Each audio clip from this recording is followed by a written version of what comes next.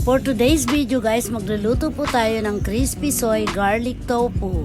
Ayan po ang ating mga sangkap: tofu, garlic powder, paminta, bawang, cornstarch at harina. Ay hiwain na po natin ang mga sangkap kagaya po ng bawang.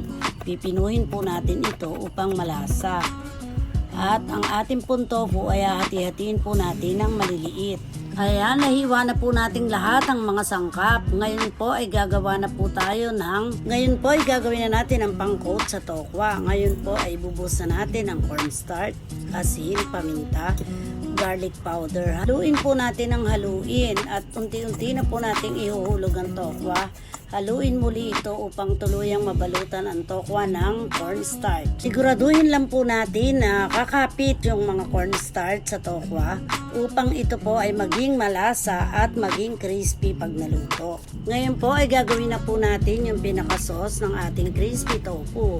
Ayan, lagyan po natin ng konting asukal at tunawin po natin itong maigi upang matunaw yung asukal at ito ay lumasa. Kailangan po naglalaban yung alat at tamis. Tayo ay magpiprito na ng ating crispy tofu. Ayan, siguraduhin po natin na ang lahat po ay makalulubog sa mantika dahil para po ito po ay maging crispy. Ayan, aahuli na po natin pag ito po ay tumula na.